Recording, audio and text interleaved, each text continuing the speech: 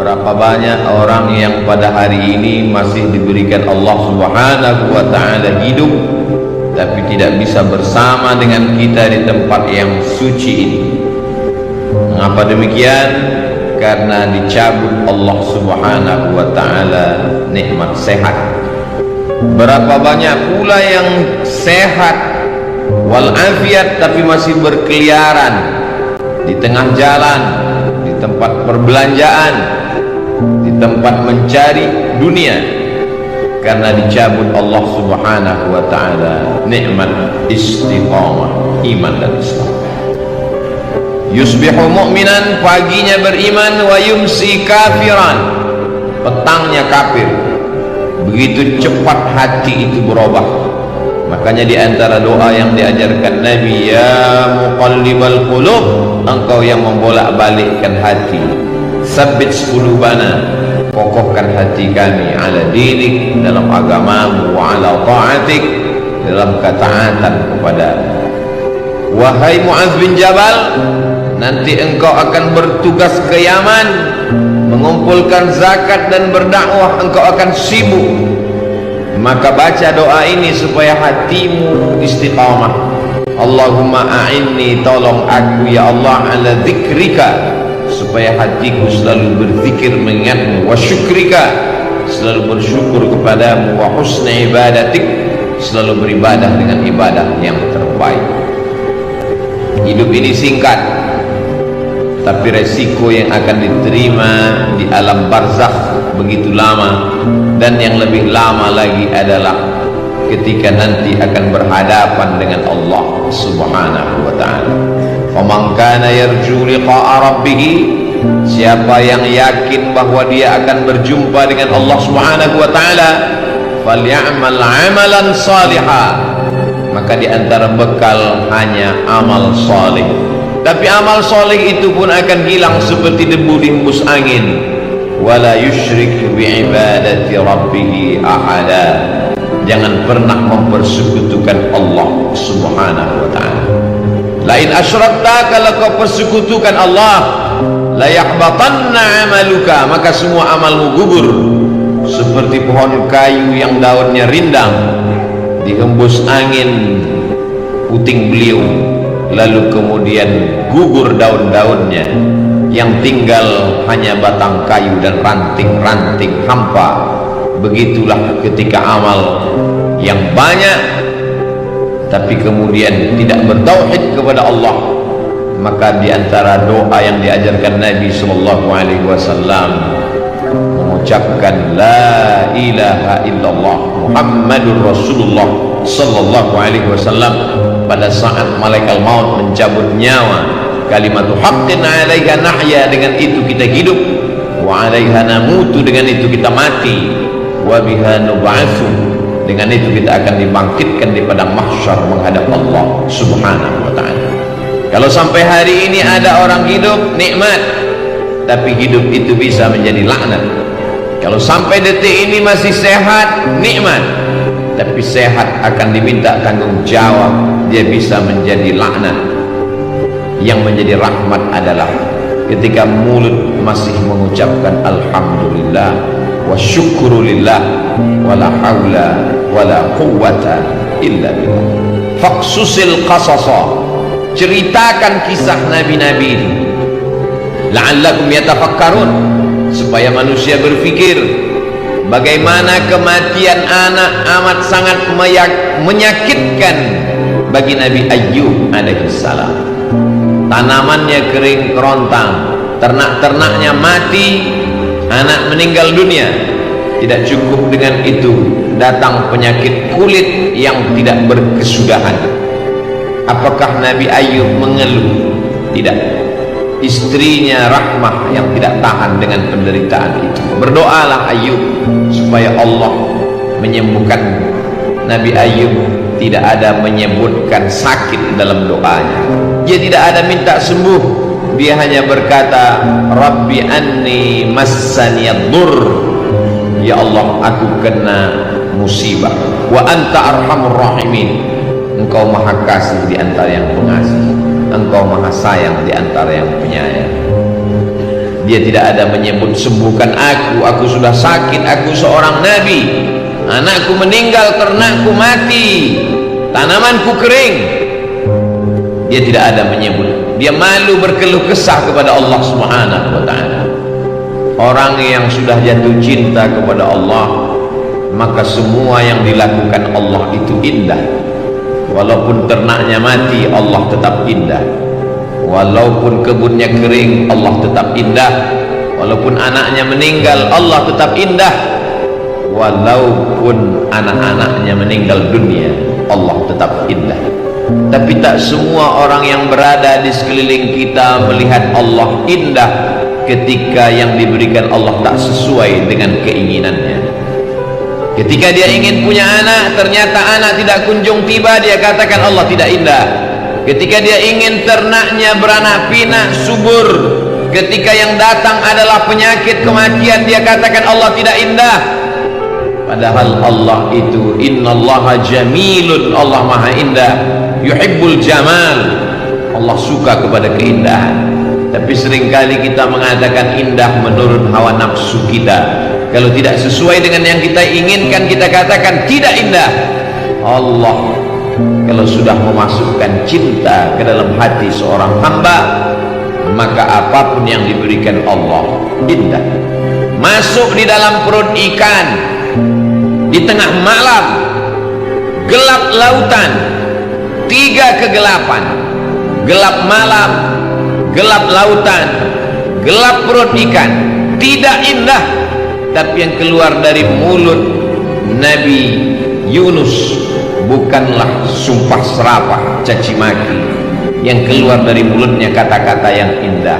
La ilaha illa anta subhanaka inni kuntu minal zalimin. Orang kalau sudah sampai pada tingkat cinta kepada Allah, maka semua yang dilakukan Allah terhadap dirinya indah. Seperti orang jatuh cinta terhadap bayi yang tidak berdosa. Datang bayi itu memukul wajahnya, dia tersenyum. Bayi itu mengencinginya, dia tertawa. Kenapa? Karena bayi tidak berdosa. Bayi bukan Tuhan. Bayi hanyalah hamba Allah, belum ada dosa pada dirinya. Semua yang dilakukan bayi itu indah. Kenapa? Karena orang tua sudah jatuh cinta kepada bayi. Bagaimana ketika Qais yang jatuh cinta kepada Laila, bersemayam cinta itu di dalam hatinya, maka semua pada diri Laila dia lihat indah. Syair-syair itu selalu dijadikan ulama sebagai dalil pembuktian bahwa kalau cinta manusia begitu indah, apalagi cinta Allah yang menciptakan manusia. Orang yang belum sampai kepada level cinta itu berkata dia gila, padahal sebetulnya adalah dia sedang tergila-gila dengan Allah Subhanahu wa ta'ala. Janna jununuhum, tertutup akalnya. Orang menyangka dia sedang terpukau, padahal sebenarnya hatinya sedang jatuh cinta kepada Allah Subhanahu wa ta'ala. Siapa yang cinta pertama kali? Allah. Yuhibbuhum, Allah mencintai mereka. Wa yuhibbuna, mereka membalas cinta Allah Subhanahu wa ta'ala. Ya bunayya, wahai anakku, inni ara fil manam, aku lihat dalam mimpiku, anni azwahuka, aku menyembelih lehermu. Fanzur madza tara, apa pendapatmu? Apa jawab anak yang juga cinta kepada Allah? Ya abati, wahai ayahku, if'al ma tu'mar, laksanakan apa yang diperintahkan Allah. Satajuduni insyaallah minas sabirin, insyaallah aku sabar menerima apa yang diberikan Allah Subhanahu wa ta'ala. Kalau sesuai keinginan kita dengan yang diinginkan Allah, maka bersyukurlah. Kalau tidak sesuai yang diharapkan dengan apa yang diberikan Allah, maka bersabarlah. Ajaban li amril mu'min, orang yang percaya kepada Allah itu mengagumkan. In asabathu dharra, in asabathu sarra, kalau yang datang itu menyenangkan hatinya, syakar, dia bersyukur, kana khairal lahu, itu baik baginya. In asabathu dharra, kalau yang datang itu tidak menyenangkan hatinya, tak sesuai dengan yang diinginkannya, sabar, dia tetap bersabar, kana khairan lahu, itu pun baik baginya. Orang yang bersyukur diberikan Allah, la in syakartum la azidannakum. Orang yang bersabar diberikan Allah, innama yuwaffas sabiruna ajrahum bighairi hisab. Tidak ada yang tidak indah bagi orang yang sampai pada hakikat keindahan Allah. Semua yang dilakukan Allah baik, semua yang diberikan Allah baik, walaupun tidak sesuai seperti yang dia inginkan. Hari ini kita sedang berhadapan dengan manusia-manusia yang memaksa Allah untuk mengikut keinginannya, sehingga kalau sesuai dengan yang dia minta, dia katakan Allah hebat. Tapi kalau tidak sesuai dengan kemauannya, maka dia tidak mau lagi beribadah kepada Allah. Sejak kapan Allah mengikut hawa nafsu? Sejak kapan Allah menjadi mengikuti keinginanmu? Kita di hadapan Allah seperti mayat yang sedang dimandikan orang. Jenazah tidak pernah melawan. Jenazah dimiringkan ke kanan, tangannya, hidungnya dicuci, dibasuh, disiram air. Kalau jenazah saja di hadapan orang yang memandikannya begitu lemah, bagaimana dengan kita di hadapan Allah Subhanahu wa ta'ala? Hakikat manusia adalah lemah, hakikat makhluk adalah makhluk, dia tidak pernah menjadi khalik. Kalau kita paham hakikat ini, kita akan dapat tersenyum atas semua pemberian Allah Subhanahu wa ta'ala, walaupun sesuai dengan yang kita inginkan ataupun tidak kita inginkan. Allah ceritakan nabi-nabi itu dalam Al-Quran, la'allakum yatafakkarun, supaya kita berpikir. Kurang hebat apa lagi Nabi Nuh alaihi salam, tapi ketika tak sesuai dengan yang Allah berikan. Kurang hebat apa lagi Nabi Ibrahim alaihi salam, tapi tak semua yang dia jalani itu sesuai dengan yang kita inginkan. Kurang hebat apalagi Nabi Musa alaihi salam, tapi dalam kehidupannya juga penuh dengan tetes peluh keringat dan air mata. Belum lagi dia mukallaf, belum lagi dia berakal, dia terpaksa mesti dihanyutkan di tengah sungai Nil, sesuatu yang di luar logika akal manusia. Tidak indah menurut kita, tapi begitu kehendak Allah Subhanahu wa ta'ala. Dibesarkan di istana Fir'aun sampai akhirnya Allah mesti mengeluarkannya, jatuh menjadi pengembala kambing, Thamaniya Hijaj, 8 musim, 8 tahun lamanya. Tidak indah bagi kita, tapi begitu kehendak Allah. Innama amruhu idza arada syai'an ay yaqula lahu kun fayakun. Kalau ada dalam hidup ini tidak indah, padahal kita sudah berbuat baik, berniat baik, berpikir baik, berkata baik, berbuat baik, datang tidak baik, satu-satunya kunci hanya husnuzan kepada Allah Subhanahu wa ta'ala. Husnuzan kepada Allah itu indah. Innama ana inda husni zanni 'abdi bi, aku menurut prasangka hambaku kepadaku. Satu-satunya cara menerima keputusan Allah hanyalah ridha. Makanya sebelum matahari terbit kita katakan, raditu billahi rabba, aku ridha engkau sebagai Rabbku, aku ridha engkau sebagai penciptaku, aku ridha engkau sebagai pengatur hidupku. Serahkan semuanya kepadaku. Setelah aku berusaha, setelah aku berdoa, setelah aku bertawakal, puncaknya adalah ridha. Hanya orang-orang yang ridha kepada Allah yang diundang menemui Allah. Ya ayyatuhan nafsul mutmainnah, wahai jiwa yang tenang. Mengapa jiwa itu tenang? Karena dia sudah ridha sampai kepada level maqam tertinggi, maqam ridha. Irji'i ila rabbiki, kembalilah engkau menghadap Allah, radiyatan mardiyah, engkau ridha dan Allah pun ridha kepada anda.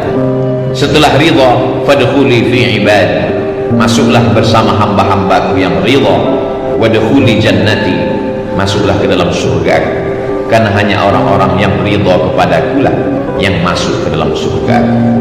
tapi hati kita belum tentu ridha terhadap semua keputusan Allah. Hati itu keras, hati itu melawan, hati itu berontak. Aku sudah sholat, aku sudah puasa, aku sudah berzikir, aku sudah sedekah, sudah bangun masjid, kenapa tidak sesuai seperti yang kuinginkan? Ada satu yang belum. Mungkin kau sudah ikhlas menggunakan hartamu, mungkin kau sudah tulus menggunakan nyawamu, tapi satu yang belum, kau belum ridha menerima keputusan Allah Subhanahu wa ta'ala. Sehingga ketika orang sudah masuk ke dalam surga, Allah bertanya, "Madza turidun?" Hai penghuni surga, apa yang belum kalian dapat? Jannatin tajri min tahtihal anhar, surga beserta isinya, taman-taman yang indah, semua sudah dapat. Apa yang belum? Penghuni surga menjawab, ada yang satu yang belum ya Allah, ridhaka, kami belum dapat ridhamu. Kata Allah, ridhaku hanya diperoleh orang yang ridha menerima segala keputusan. Berat, sakit, tapi dia tetap tersenyum karena dia tahu bahwa yang memberikan ini adalah Allah. Rencana Allah jauh lebih indah. Kata-kata terlalu mudah diucapkan lidah, tapi ketika sampai dalam diri kita, yang membuat kita ridha itu pun hanya Allah Subhanahu wa ta'ala.